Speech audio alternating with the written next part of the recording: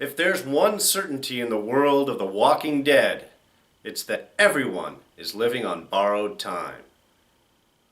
That and Robert Kirkman apparently has issues with people's right eye sockets. It's The Walking Dead, Season 6, Episode 14. Twice as Far.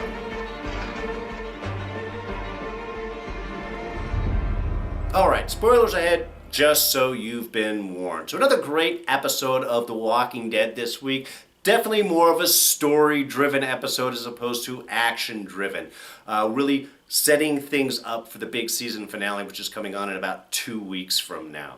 And the theme of this episode really seems to be the meek stepping up and really focusing on two of your primary characters, Eugene and Denise. Characters that are not the hunters, they are not the foragers, they are not the ones that are going out into the world and dealing with the nightmares and events that are out there. Really more of the home bodies. Denise is the doctor, and Eugene, who is protected, really couldn't take care of himself for a very long time, and is now kind of safe behind the gates of Alexandria. But if there's one thing that the mid-season premiere really taught us, as they took back Alexandria from the hordes of walkers, it's the line that Eugene said, is that nobody gets to clock out now. This is a time where everybody needs to be able to step forward. They need to be able to overcome their fears and need to be able to deal, interact, and try and survive in this world the way that it is. Now, as the episode opens up, some time has passed. They have some repetitions of sort of a morning ritual just to let us know that a certain amount of time has passed. Maybe it's a week, maybe it's 2 weeks. It's not a whole lot of time, but enough for everyone to kind of fall back into a sense of complacency, that things are peaceful. They feel that they have taken care of Negan's group, and complacency is the death of you in The Walking Dead. The minute you start to feel comfortable, the minute anything starts to feel okay, you know that death is right around the corner. So with these two, they are each off on their own separate missions. We've got Eugene out with Abraham, which is a nice repairing. You know, they were traveling together with Rosita in the very beginning, sort of after Eugene let everyone know that he's sort of, not telling the whole truth, that there is no CDC big thing in Washington, and created that big split between him and Abraham. Now, after all of these events, they're starting to gum together. And I have to say, when they opened the door and started showing the room that Eugene had let them through, the minute that I saw that crucible hanging off on the side, I started getting extremely excited. And then once Eugene confirmed the fact that this was a forge, I started literally pumping my fists at the TV, because this illustrates another step forward. For so long, everybody was just looking at survival. Whether it be at the prison early on or moving first into Alexandria, they're looking for the walls, protection. And once they have that, now they've started to look into growing their own food. You know, that's what Maggie was doing out with the tomato bushes. And now that they've made that connection in with Hilltop, that can be the next step that they can go in. With here, really we're moving past survival and into long-term planning. Let us start replacing things that we cannot basically replace. That is not, bullets are, like you said, that's the currency of the realm now. So if you can start creating your own bullets, if you can resupply your fighting hardware, that's going to bring everything up to the next level. So really excited that, especially Eugene, you can see that there is stuff going on in his head, even though he's the quiet background kind of goofy character. He is smart. He is planning things out, and I really enjoyed that sequence between Eugene and Abraham, is just that little connection. And then of course Eugene's sort of statement to Abraham is, I'm in level 2. I'm stepping up, I'm a survivor now. And again, we kind of have a repeat of this sequence over in with Denise as well, is the hunters, we'll just call them that for right now, the hunters really kept still looking down on the meek characters, that they have to protect them. And this is really not the world. Again, if there's anything the take back of Alexandria has taught us, that everybody needs to step up. And Father Gabriel stepped up. If Father Gabriel's going to step up, I mean, you got to give it up for Eugene and Denise. They can do anything. And you know, Denise had her whole experience with the wolf that really kind of stepped her forward and kind of allowed her that space to push back her fear. So they've all been making small steps. And now it's really the time to make that bigger step and really embrace and admit and earn the respect of the people around them, which really doesn't go off well as you might expect.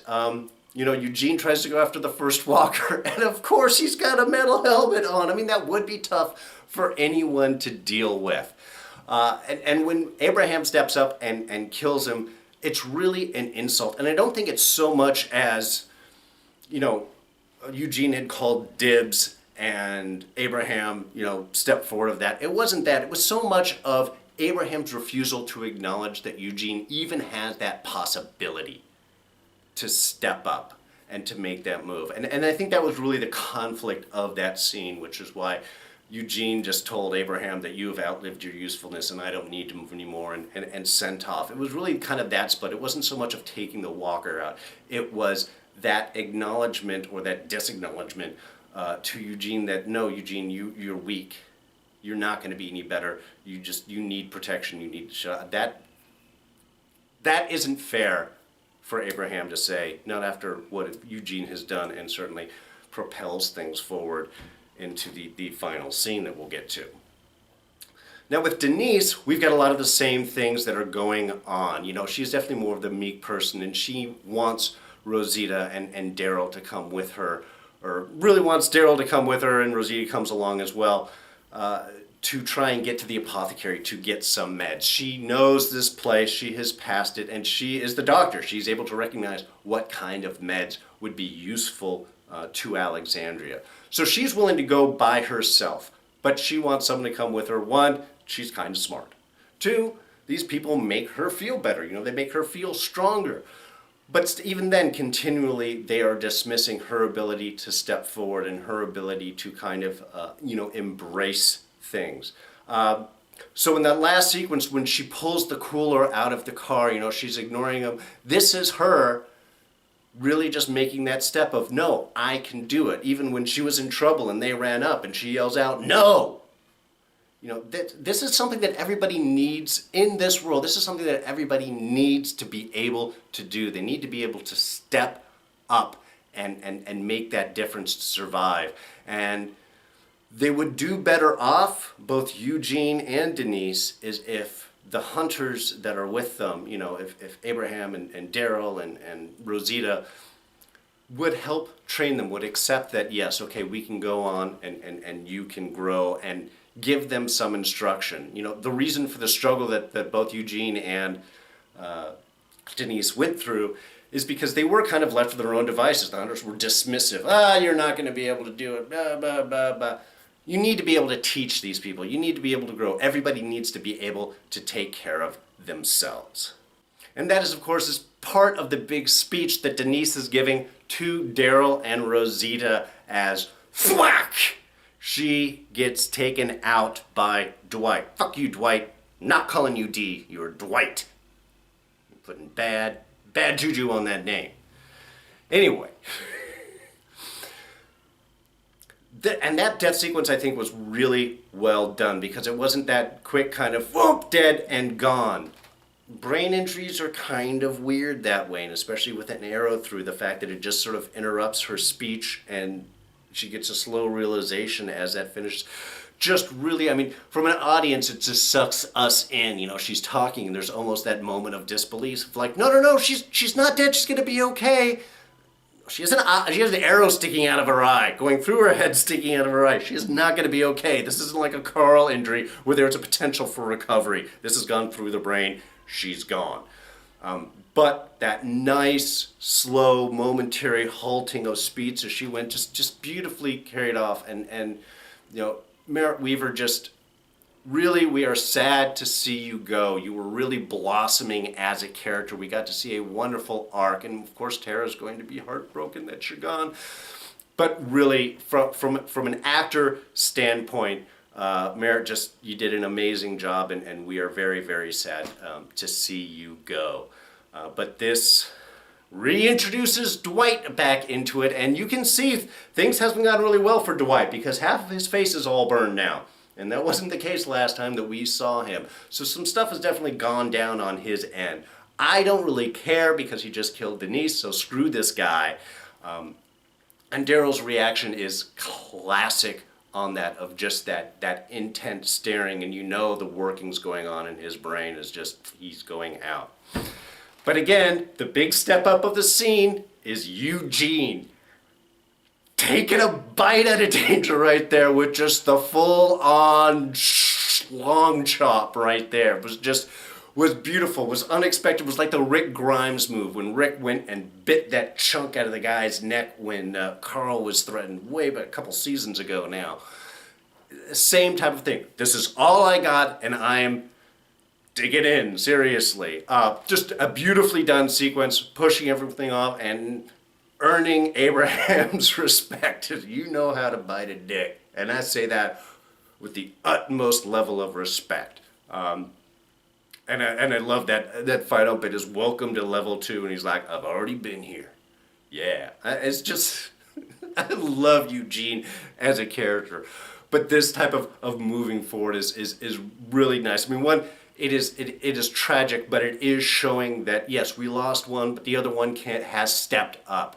And now there's a different stories that can be told with these characters. Then finally, we cannot wrap things up without referring to Carol. Now, Carol's been going through some rough stuff in the past couple of episodes, and that whole kidnapping and murder bit that happened last week with the survivors group really has just had that bigger impact. She's tried to fall into the embrace of Tobin to help out with that, but it wasn't enough. And the minute that Daryl comes back and they're burying Denise, Carol's line there was, I knew you were right. The minute you said it, I knew that you were right. She's referring back to the conversation the two of them had at the very beginning when they were on the motorcycle, when Daryl said that I should have killed him. You know, Carol is still trying to look at Daryl as that positive of you're looking at the positive end, but Daryl's he's going through his own journey, and that's something that's constantly through this. Everybody goes up and down through arcs. I mean, even Rick, was Farmer Rick for a while. Back at the prison, he didn't want to pick up his gun. He didn't want to do anything. Ostensibly, it was to help teach Carl a different way of viewing the world. But he's done his ups and downs. Carl's done his. Everybody has their, we got to kill, we can't kill, we got to kill. Why? Because these are difficult. These are emotionally impactful decisions that are happening with everyone. And to brush them away really is not to do them service. So everybody is going through their own particular arcs. But that is what Carol was referring to. And that was really the kind of line that she is starting to see is, to survive in a group, you have to kill. Because you're going to have to protect someone. And at this stage in the game, Carol's on that other end of the spectrum where she is tired. She's counted the number of people that she has to kill. She knows that to stick around with this group, she's going to have to continue to kill. That's just a requirement in this world. And unlike Morgan, who has taken the life is precious ideal but still able to try and work within a group, for Carol, it's much more black and white. She knows that is something that she is going to have to do. Morgan thinks that he doesn't have to kill. And to a certain extent, there are always choices where you can say, which is why he's building the prison, as he tells Rick, so that next time we can have some other choices. There are options that we can choose. For Carol, that's not the case. She knows that to survive in this world with everything that goes through, she's going to have to kill. Which again, that comment back with Daryl at the end, she was like, when he said, what happened to you? What did they do to you? She's like, they didn't do anything to us. We fucking killed them all. I mean, really, and that was it. Yes, they have done something in such that the circumstance has pushed her a little bit more, but it was already a direction that she was going, and these were already stuff that she was weighing. That just kind of clarified things more for her. So now, she's gone. Gone bye-bye. What's going to happen with that? I suspect that Daryl's going after her.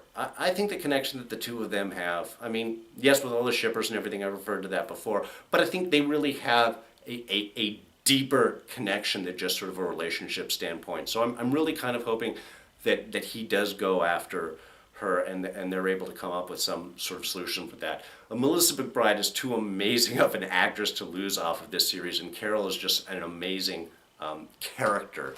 So I would hate to see that go. But, you know, we've got a lot of arcs coming. We've got a lot of things going on. Maybe she needs to leave so she can come back, kind of what happened with the Terminus thing. Though, since they don't like to repeat storylines all that much, you know, and try and give everything a new twist, I don't know. Maybe she ends up being the sacrifice. It's going to be really tough to figure out. But I am hoping that Daryl goes after her and brings her back so that Alexandria can be as strong as possible when dealing with the return of the Saviors, which we know is going to happen. So like I said, we have 2 episodes left before the end of this, or the finale is in 2 episodes, I should say. So we got next week and then the finale after that. It's going to be heartbreaking. We know more characters are going to die. Just, it's always hard to lose someone in this show. Hopefully it's not Glenn, because they already faked his death and that would be kind of too much for us. But we'll have to wait and see, and we're going to be talking about it right here. Come on back, join us. Press like if you did enjoy my review of this episode. Feel free to comment in the section below. Subscribe to us. Come back every week. I'm doing this show. As soon as it ends, we're going right into Fear the Walking Dead. So we're going to be continuing on with that. And that's it. That's all I got this week. Y'all, I'm Darren. I'm D. D. Screw you, Dwight. I'm D. You can catch me on Twitter. I'm at Darren Jakes. Other than that, you guys take care, and I will see you next week. Bye-bye.